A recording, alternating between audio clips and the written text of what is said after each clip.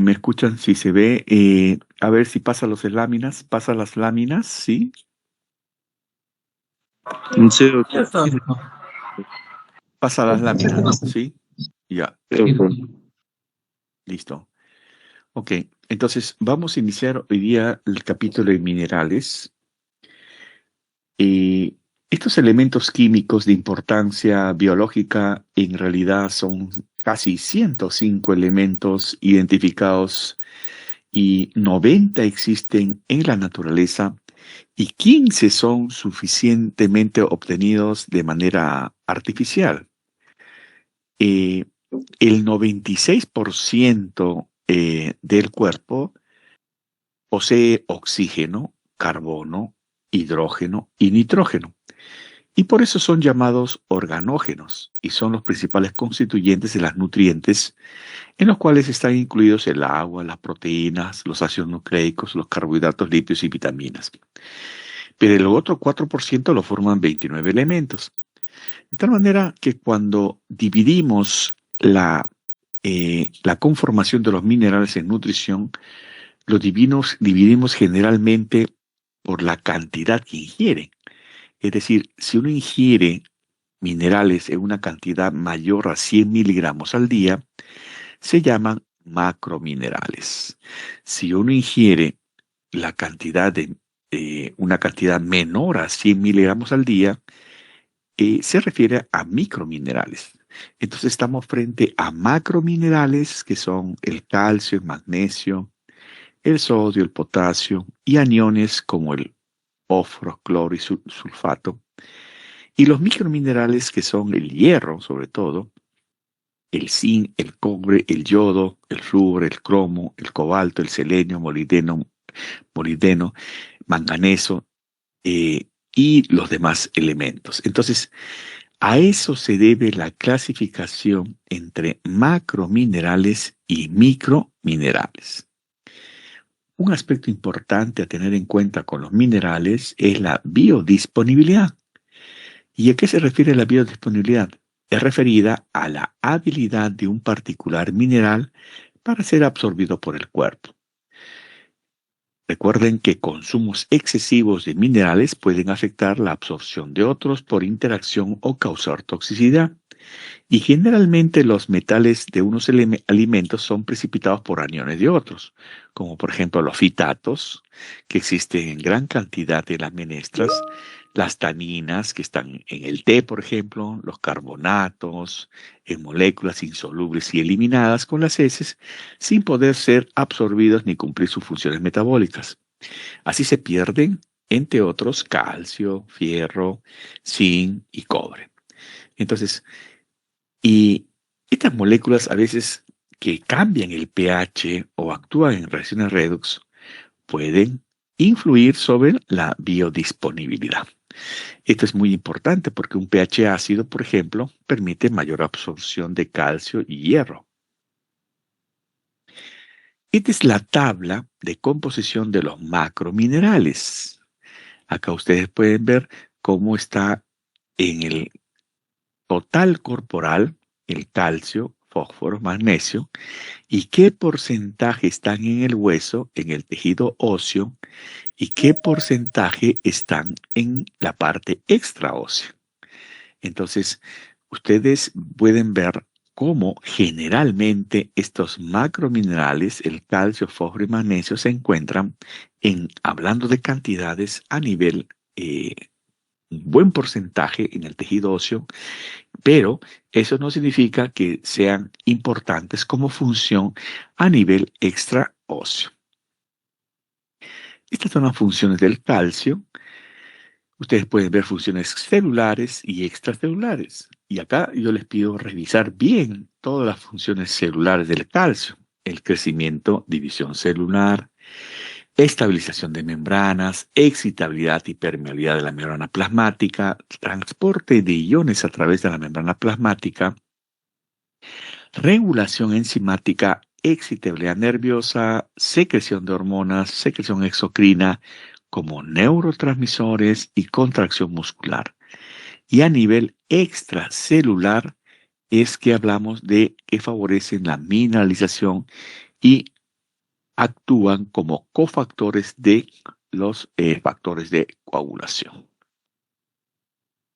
Bien, acá recordemos que todo el metabolismo del calcio, fósforo y magnesio está regulado por hormonas, especialmente la paratormona secretada en las glándulas paratiroideas, que son 4 a 6 glandulitas que están detrás de la tiroides y que cumplen un rol importante en el metabolismo del calcio, fósforo y magnesio. ¿Qué es lo que hace la paratormona? La paratormona lo que hace es aumentar los niveles de calcio y magnesio, es decir, es una hormona hipercalcemiante y también es una hormona fosfaturiante, porque en realidad esta hormona tiene que estimularse frente a un nivel bajo de fósforo. Entonces, si estimula la secreción un nivel bajo de calcio, si un nivel de calcio está disminuido, se estimula la paratormona. Acá hay que recordar que los niveles plasmáticos de fósforo, al aumentar la tasa de absorción de calcio y magnesio de la dieta, disminuyen. Es decir, es una hormona que aumenta el calcio y disminuye los niveles de fósforo. O sea, es una hormona hipercalcemiante y fosfaturiante. ¿Y esto a qué se debe? Porque aumenta el número y actividad de los osteoclastos, aumenta la absorción renal de calcio y aumenta la secreción renal de potasio y favorece la formación de calcitriol, que es la vitamina D. Recuerden que la vitamina D estimula la absorción de calcio. ¿Y quién estimula la formación de la forma activa de la vitamina D? La PTH, justamente. Un nivel elevado de calcio inhibe la secreción. Entonces, recuerden, la concentración de calcio en sangre regula la secreción de paratormona.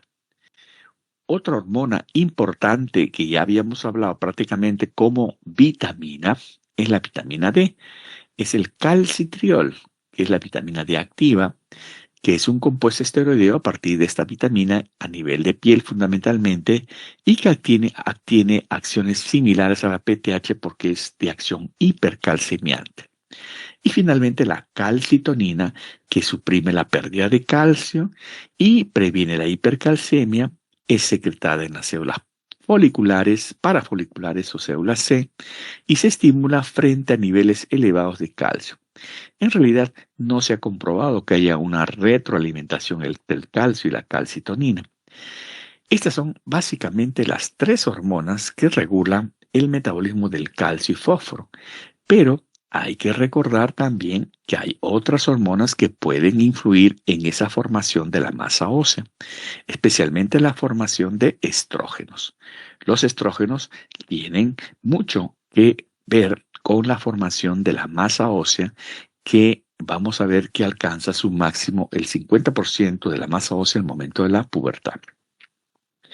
Bien, este calcio que circula en sangre circula básicamente de 2 maneras. Un calcio libre, que es el 50% y su forma ionizada, que es la forma activa del calcio, y la forma ligada, que es ligada a las proteínas o formando complejos. O sea, hay una forma libre y hay una forma ligada. La forma ligada está unida a las proteínas en un 40%, especialmente la albúmina, y un 10% forma complejos no iónicos como el bicarbonato, fosfatos de calcio.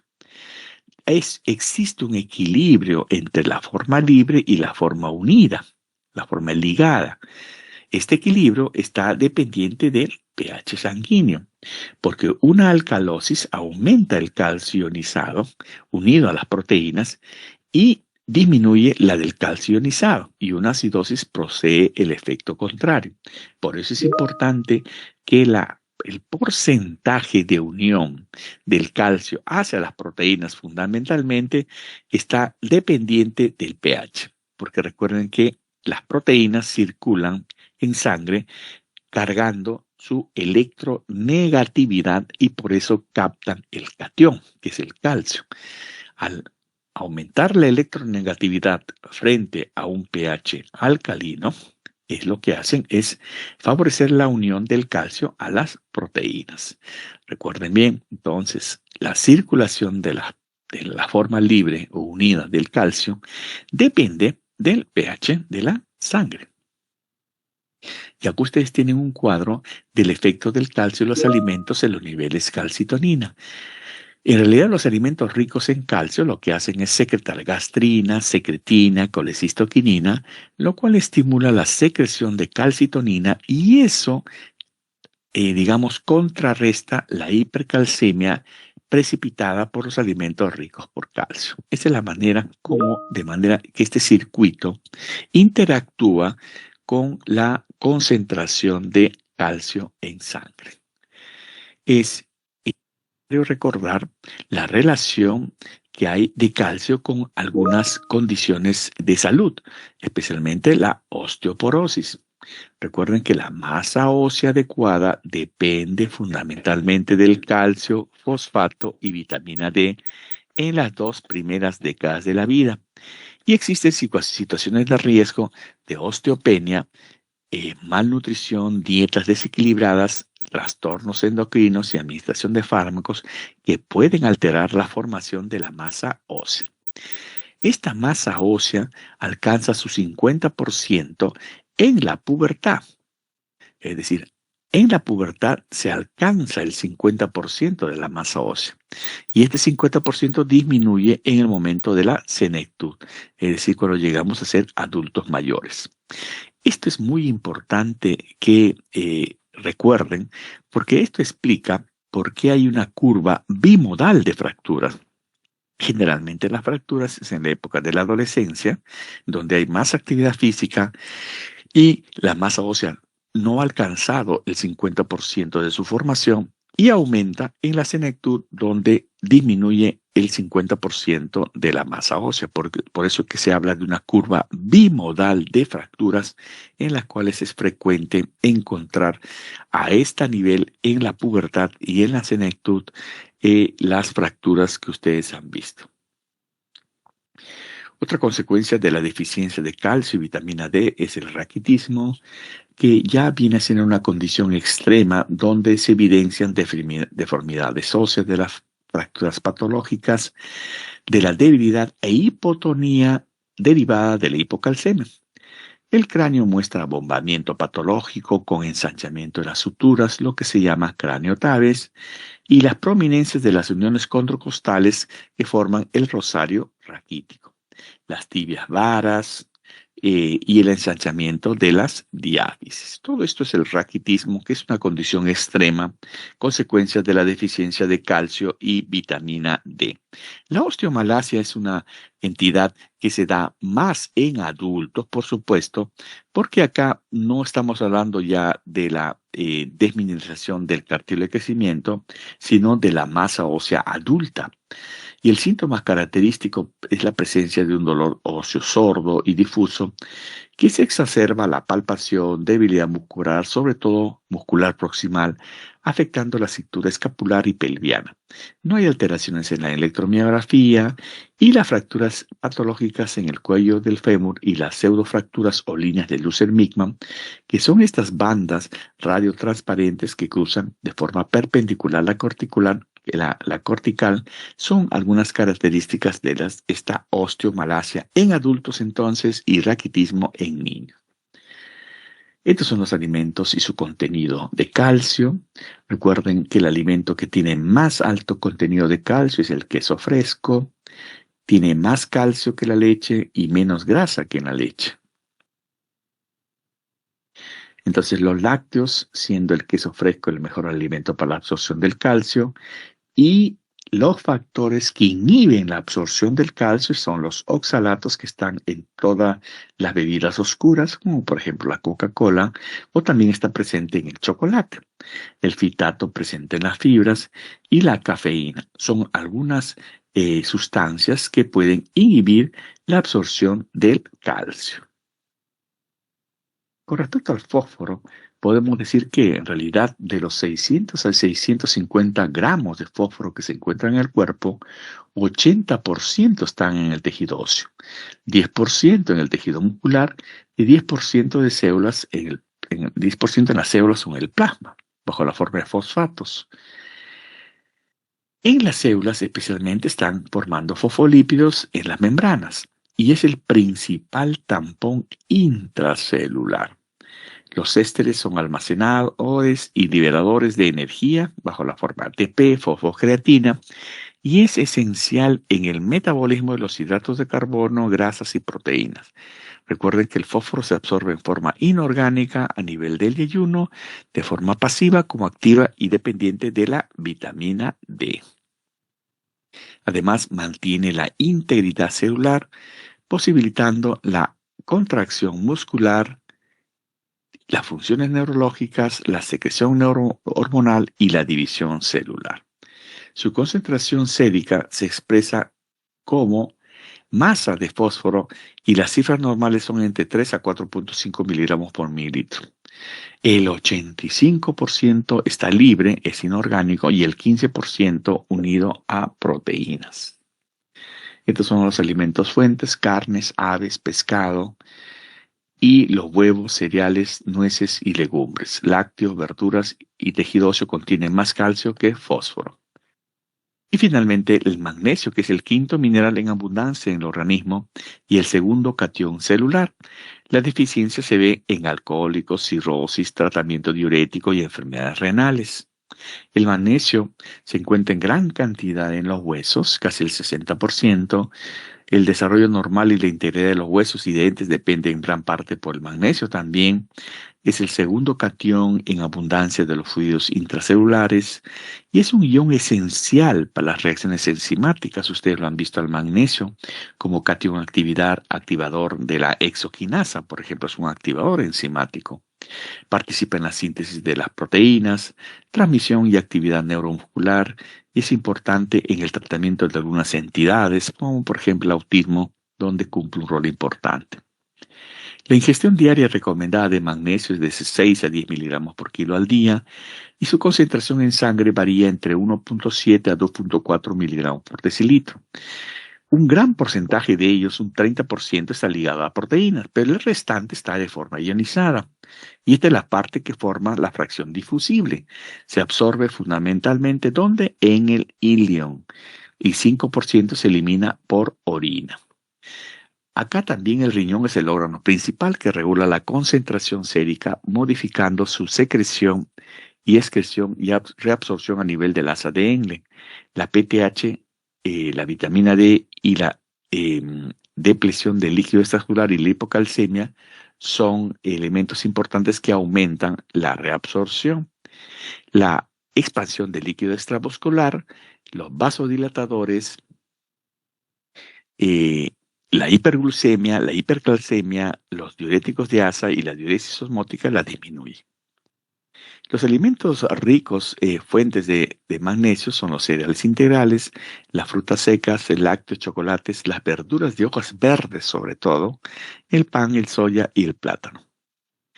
La ingestión de magnesio es de 6 a 10 miligramos y como le dije, el 30% está ligado a las proteínas. Bien, ahora es importante recordar las interacciones entre el calcio, fósforo y magnesio. Miren, cuando uno es superior al otro, se afecta la absorción del menor. Es decir, cuando está aumentado la concentración de calcio y fósforo, puede disminuir el magnesio y puede provocar hipocalcemia. Entonces debe haber una relación calcio-magnesio de 3 a 1. El aumento de calcio disminuye el magnesio, el hierro, el yodo, el manganeso y el cobre. Por eso que todo debe ser equitativo. El aumento de calcio también disminuye la absorción del zinc. Bien, entonces esos son los macrominerales fundamentalmente, ¿no? Estamos hablando del calcio, fósforo y magnesio. Pero por otro lado tenemos los elementos traza o los microminerales. Y a la cabeza está el hierro. El hierro que se encuentra en una cantidad de 3 a 5 gramos de hierro como hemoglobina y como enzimas. La ingestión diaria es de 8 a 18 miligramos. Participa en el transporte de oxígeno y CO2. Está unido fuertemente a las proteínas y evita efectos dañinos. parte activa de las enzimas también es en proceso de respiración celular. Ustedes han visto que forma parte de la cadena respiratoria, de los citocromos. Participa en la función inmunológica y en la función cognitiva, siendo necesario para la función cerebral normal en todas las edades, participando en la síntesis de neurotransmisores y de mielina. La finalidad del hierro en el organismo es porque está dentro de compuestos que contienen el grupo hemo. Por ejemplo, la hemoglobina, la mioglobina, los citocromos oxidasa de la parte de la cadena respiratoria. Las catalasas también, pero también forman parte de proteínas hierro-azufre como las ferrodoxinas, la succinato deshidrogenasa, que es una enzima importante del ciclo de Krebs, o la santinoxidasa del ácido úrico. Pero hay otras enzimas dotadas de hierro no hemínico o hierro dependiente, la hidroxilasa, la tirosina hidroxilasa, la fenilalanina hidroxilasa, la triptofano hidroxilasa, es decir, una serie de enzimas que dependen del hierro. Por lo tanto, su función depende del funcionamiento o del aporte de hierro. Recuerden que el hierro viene de dos maneras, el hierro no hemínico y el hierro hemínico. El hierro hemínico tiene una facilidad para absorberse porque viene dentro del grupo hemo y este grupo hemo tiene en realidad su absorción facilitada, ¿no?, por una proteína de transporte del grupo hemo que permite que el hemo ingrese al enterocito y por una hemoxigenasa libera la protoporfirina y libera el hierro dentro del enterocito y así ésta se liga a proteínas o sale a la sangre a través de la ferroportina. Y acá cumple un papel importante la efasteína, que es la que puede acelerar la liberación de hierro a partir de la ferroportina. Entonces, la absorción del hierro hemínico es muy fácil, está facilitada por este sistema de transporte. Pero el hierro no hemínico tiene la gran dificultad que está en estado férrico. Y por eso es que tiene obligadamente en convertirse en estado ferroso. Esto lo hace en corte en el cepillo, donde existe una reductasa y convierte el hierro férrico en ion ferroso. Y el hierro ferroso se absorbe a través de un transportador divalente de metales que incorpora el hierro y este hierro nuevamente puede salir a la sangre a través de la ferroportina o puede almacenarse también como ferritina. Entonces, una cosa es el hierro hemínico de origen animal y otra cosa es el hierro no hemínico que viene bajo la forma férrica. Esta forma férrica es fácilmente quelada por algunos elementos que pueden inhibir la absorción del hierro y facilitar la eliminación de ese. Por ejemplo, el pH alcalino, los polifenoles, el oxalato, el fitato, ¿no?, algunos cationes divalentes, pero también hay elementos que facilitan la conversión del hierro férrico en ferroso en algunos ácidos, el pH ácido, ¿no? Es decir, todo lo que es ácido facilita la conversión del hierro férrico en ion ferroso y eso facilita la absorción del metal a través del transportador de metales divalentes. Entonces recuerden, el hierro es liberado de componentes alimenticios. El ácido clorhídrico favorece la absorción del hierro porque reduce el hierro del estado férrico al estado ferroso. El hierro hemínico es absorbido por una proteína de transporte localizado en el borde del cepillo y dentro del enterocito el grupo hemo es catabolizada por una hemoxigenasa a protoporfirina y hierro. El hierro no hemínico, recuerden, el intestino delgado puede reaccionar con una serie de inhibidores, ¿no?, o facilitadores que promueven o no la excreción fecal. Y cualquiera de estas reductasas, ¿no?, estas reductasas, la citocromoreductasa también, y digamos la reductasa del hierro férrico al hierro ferroso, pueden influir en esta formación de este metal para facilitar la absorción del hierro. Entonces, recuerden que el hierro viene de la fuente hemínica de origen animal y la fuente no hemínica de origen vegetal. La que tiene más problemas para absorberse es la de origen no hemínica de origen vegetal. Por eso hay que recordar qué factores favorecen la absorción de hierro no hemínico. Los exógenos, ácido ascórbico, ácido cítrico, fructosa, estos aminoácidos y la forma ferrosa. ¿Y qué factores endógenos? El ácido clorhídrico, ¿no? Entonces, ojo, es muy importante el ácido clorhídrico no solamente para degradación de las proteínas, como hemos visto, sino también para la absorción del hierro, enzimas proteolíticas y cuando está incrementado los requerimientos, también favorece la absorción del hierro.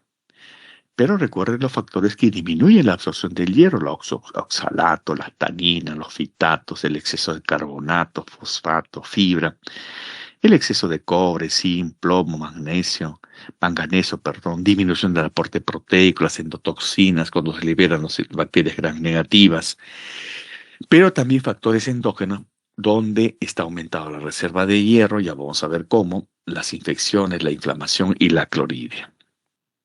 Este es una lámina importante que hay que recordar porque la concentración de hierro es establecida por el hígado. El hígado tiene un sensor del hierro.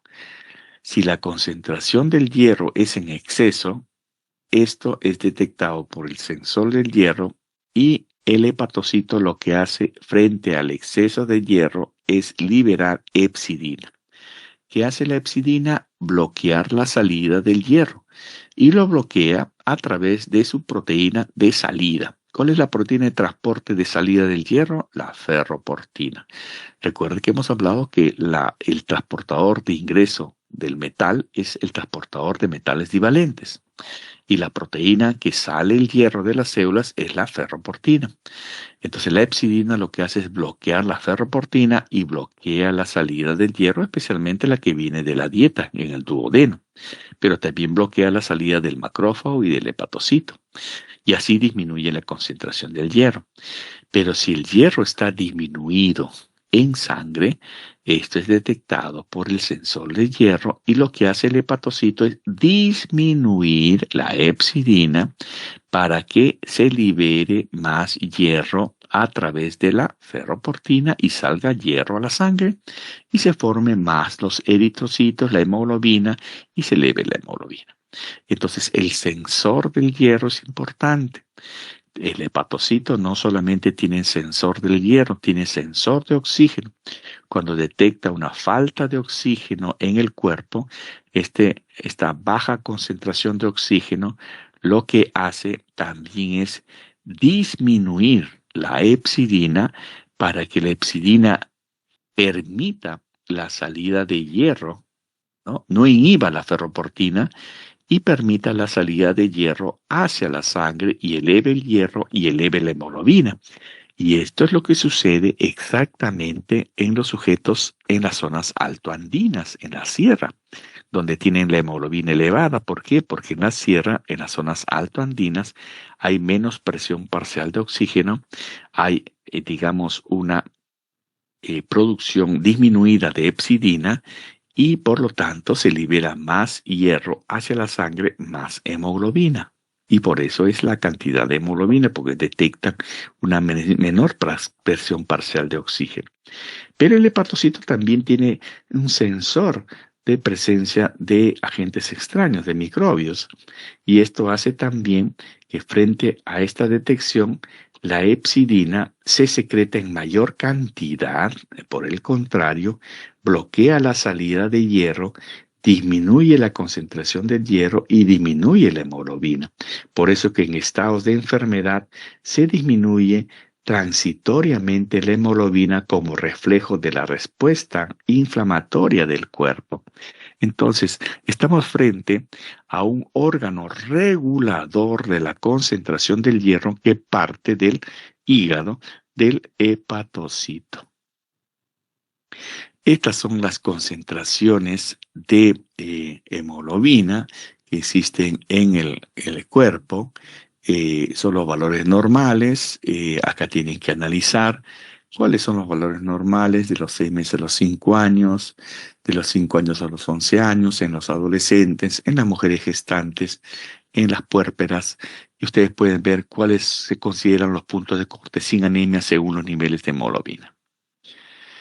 Pero también hay puntos de corte debidos a la altitud, como hemos dicho. A mayor altitud, mayor concentración de hemoglobina, por eso que se han hecho cálculos aproximados en los cuales se dice pues que la hemoglobina es un poquito más elevada a considerar el punto de corte según el grado de altitud.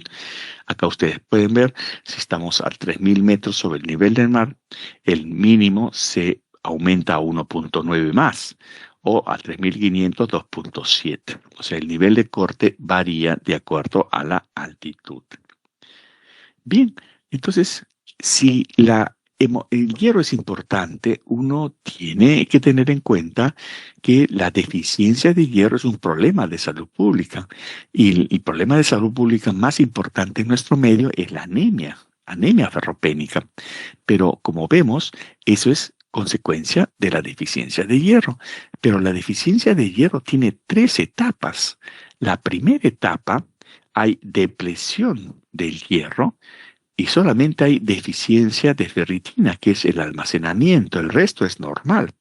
En la segunda etapa ya se sigue conservando la hemoglobina normal, pero ya se refleja una eritropoiesis con deficiencia de hierro, incremento de la concentración receptora de transferrina. Pero la hemoglobina es normal hasta la segunda etapa. Y recién en la tercera etapa disminuye la hemoglobina.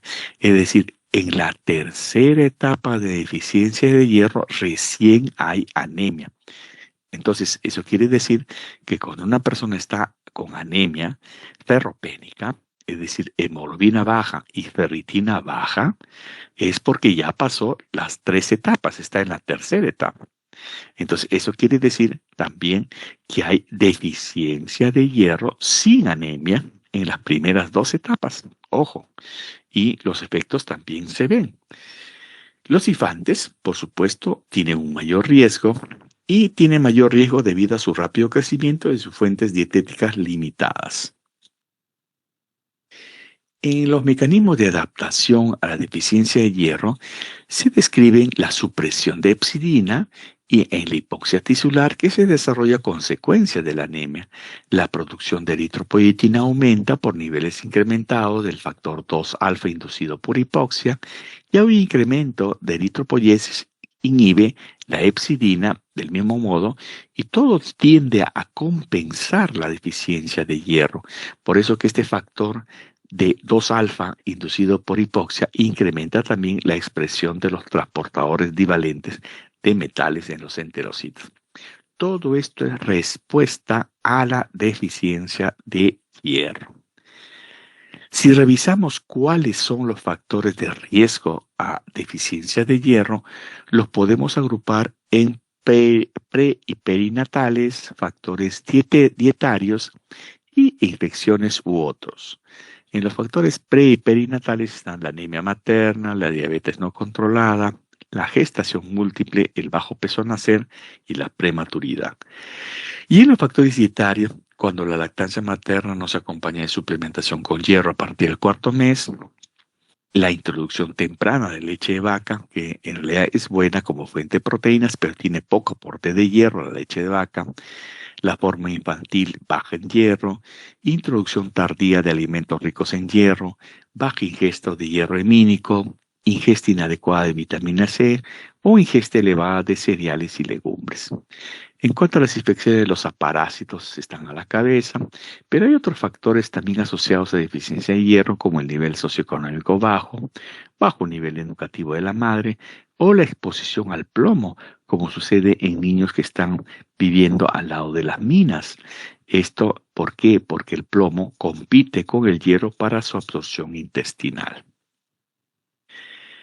Las áreas de posible impacto de la deficiencia de hierro nos muestra la gran dispersidad, la gran variedad de síntomas que puede haber en la persona, porque se puede afectar a nivel de la síntesis del hemo, la síntesis de porfirina y su deficiencia, a nivel del ciclo de Krebs, porque afecta fundamentalmente a las glucinatos de deshidrogenasa, al nivel de los ácidos nucleicos, la síntesis de DNA, mitosis, a nivel de las catecolaminas, la fenilalanina hidroxilasa, y a nivel de la serotonina, la triptofano hidroxilasa, que son ambos neurotransmisores importantes para el funcionamiento cerebral.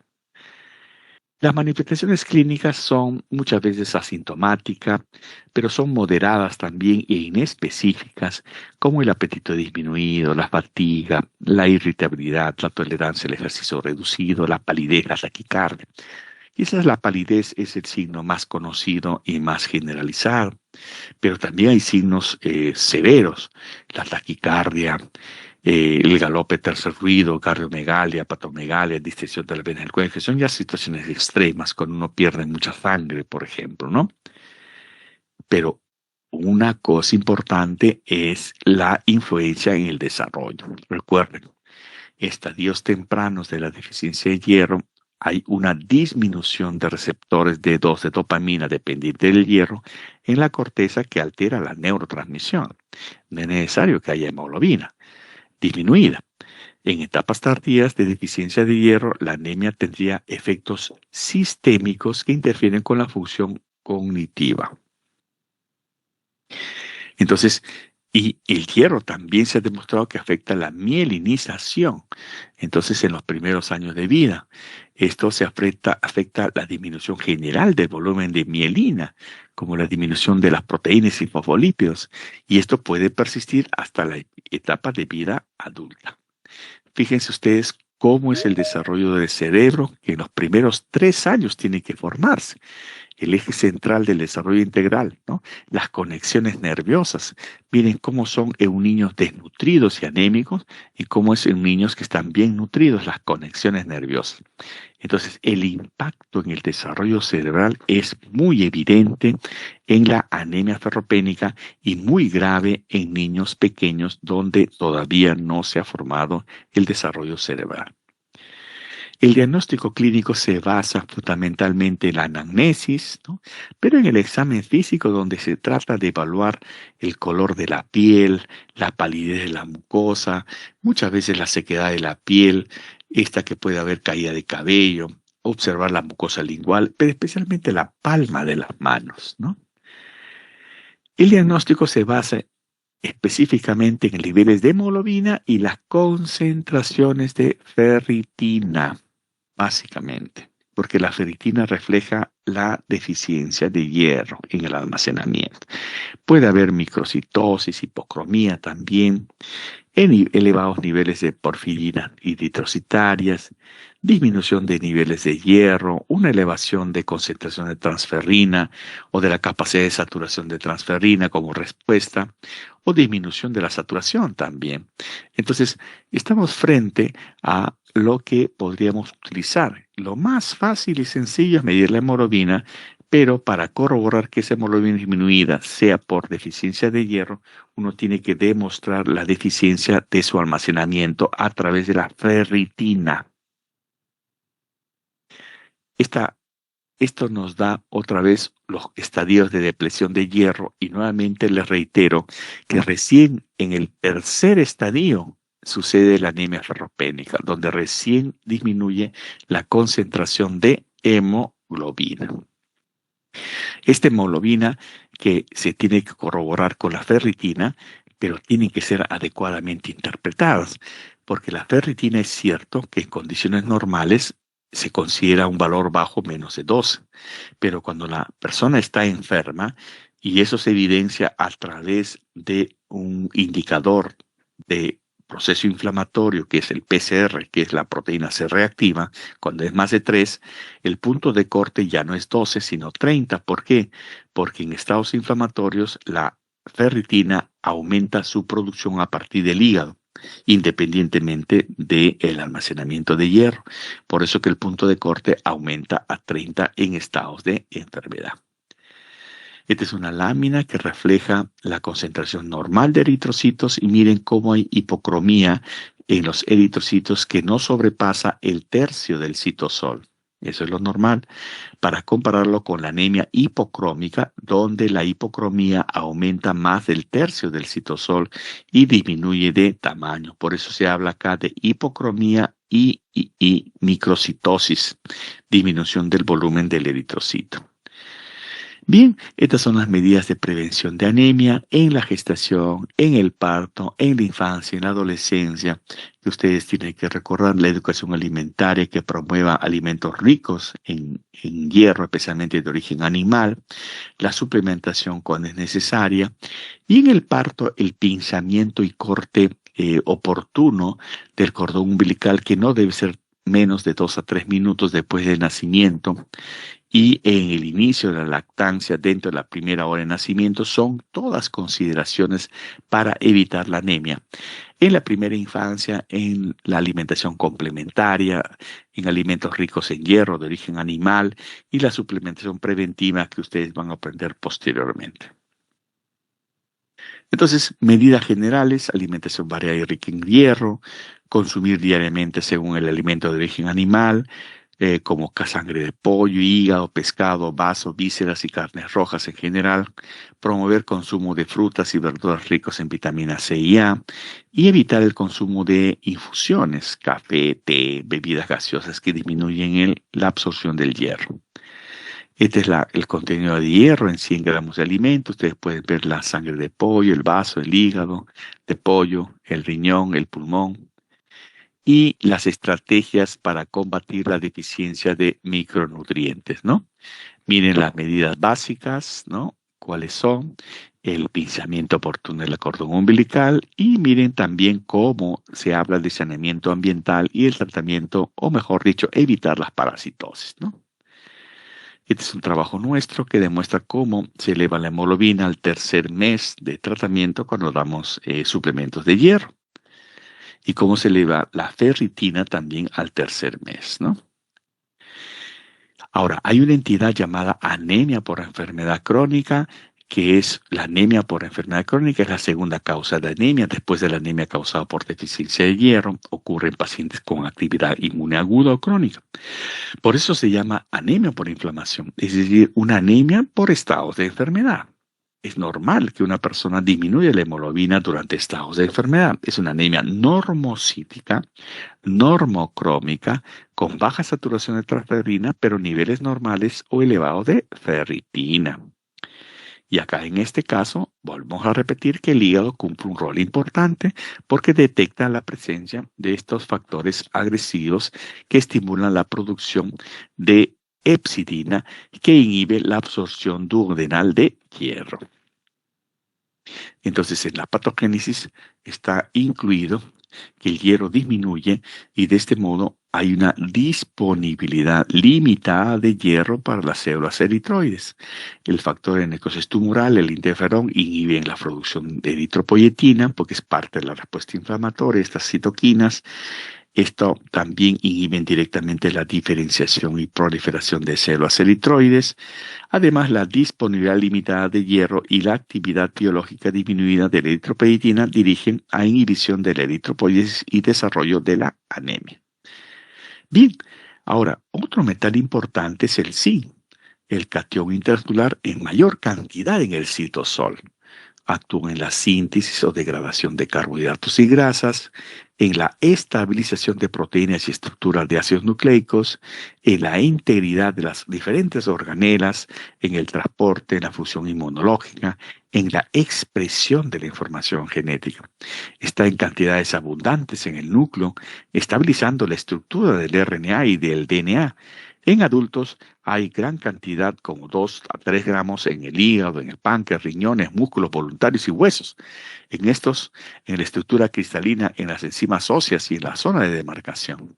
El zinc se absorbe con facilidad a través de un carrier, sobre todo, ¿no? Y de una proteína específica.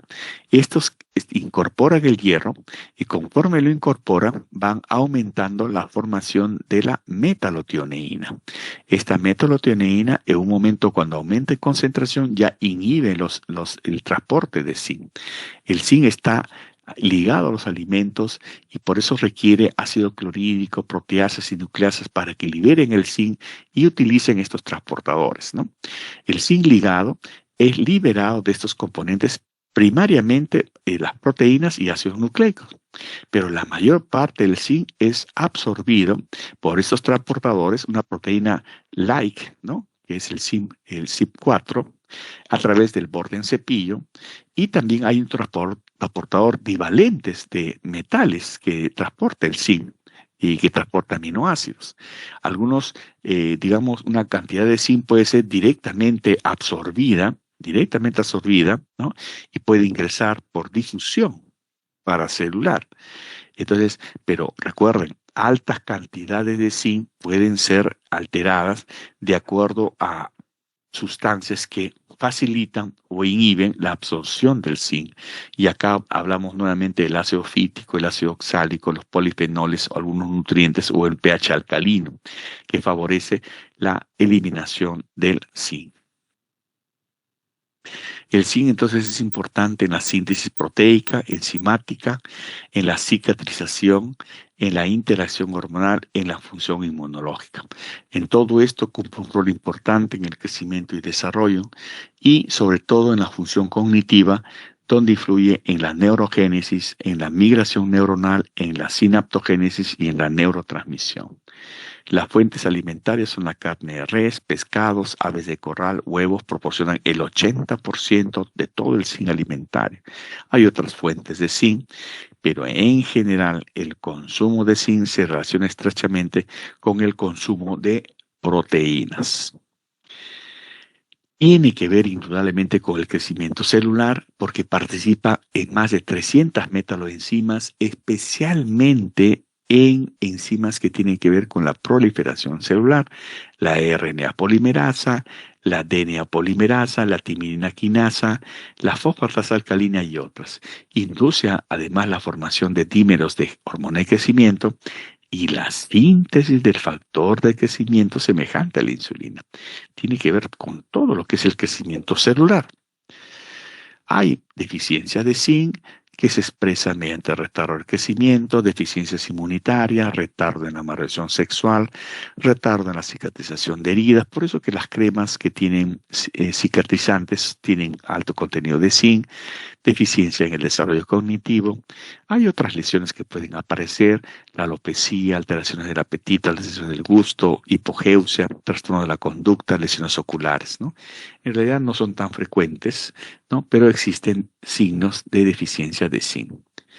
El cromo es un mineral también importante, fundamentalmente en el metabolismo de carbohidratos. Por eso que es un componente esencial en el factor de tolerancia a la glucosa, que también lleva ácido nicotínico y glutato. Es muy importante su participación en los carbohidratos, pero también en los lípidos que están en pleno estudio. Asimismo, en el metabolismo de las proteínas, en que las dietas de deficiencia de cromo y proteína alteran en la capacidad para incorporar metionina y cisteína, por ejemplo, ¿no? Y el selenio, que es fundamentalmente antioxidante, sobre todo por la selenoenzima glutathione peroxidasa, ¿no?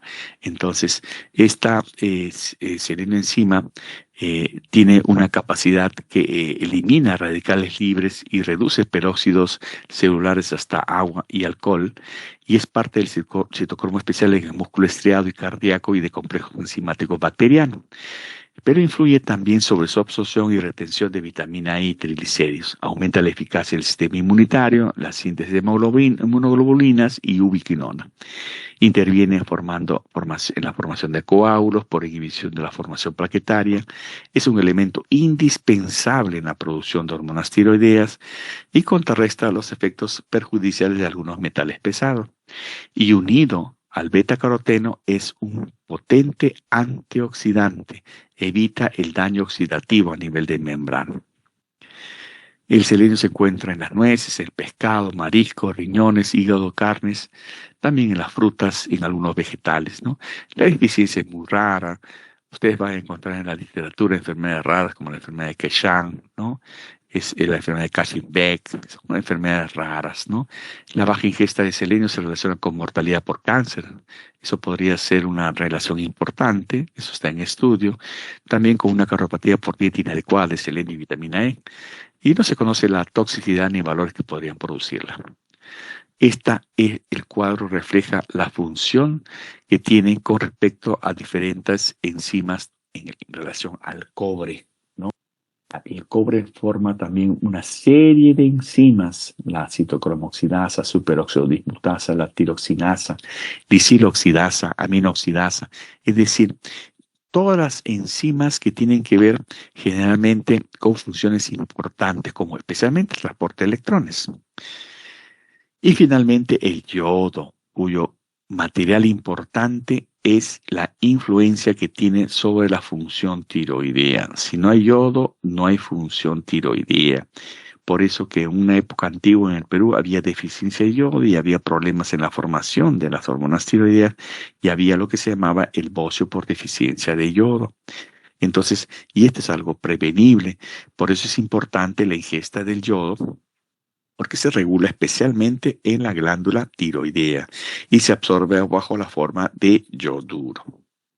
Y el flúor, que tiene que ver con las caries, ustedes saben que es un alimento natural, importante con su resistencia máxima contra las caries y que se requiere, pues, en promedio 2,5 miligramos de flúor y reemplaza el grupo hidroxilo en la sal de fosfato, formando la fluoroapatita, en cuya absorción es menos factible que la hidroxiapatita.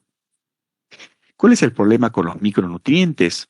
Los altos niveles de marginación, dietas de mala calidad, poco variadas e insuficientes, dietas basadas principalmente en el consumo de cereales, leguminosas y algunas verduras, enfermedades infecciosas parasitarias, lactancia tardía y falta de educación nutricional. Muy bien, esa es la historia del perrito que ya otro día se los voy a contar. ¿Preguntas?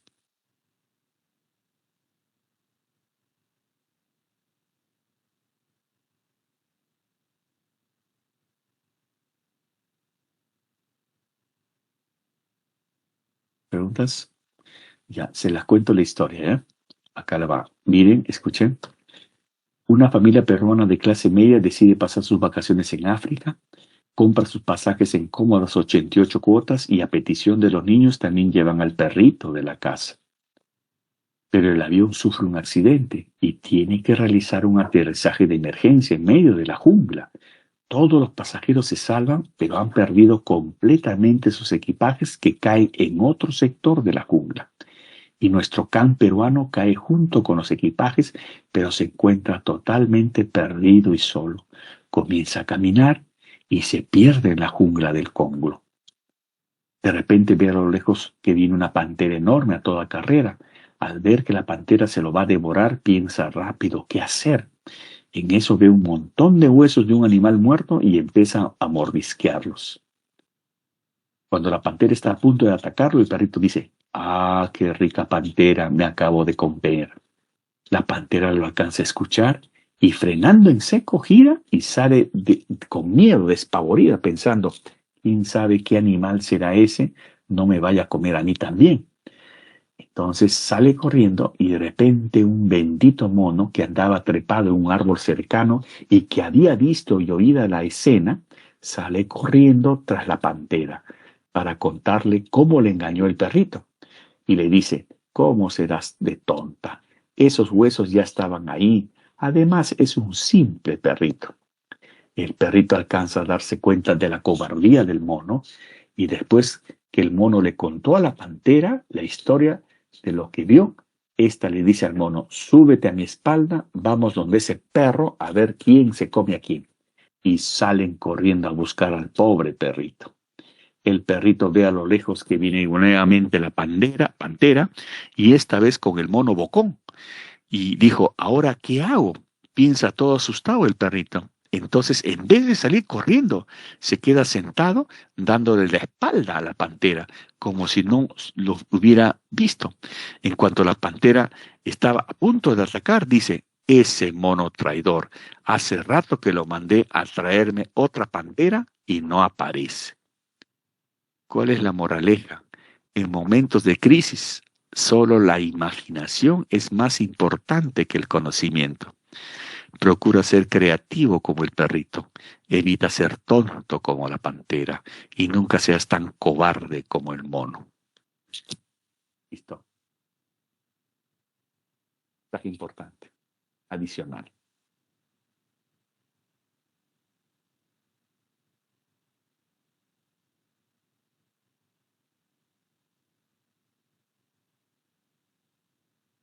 Y nos vemos el próximo viernes con todo el grupo y con mi grupo de práctica nos vemos en 15 minutos, por favor. Listo, doctor. Muchas gracias. Nos vemos. Chao, chao. Está bien. Gracias. Gracias, doctor. Buenas.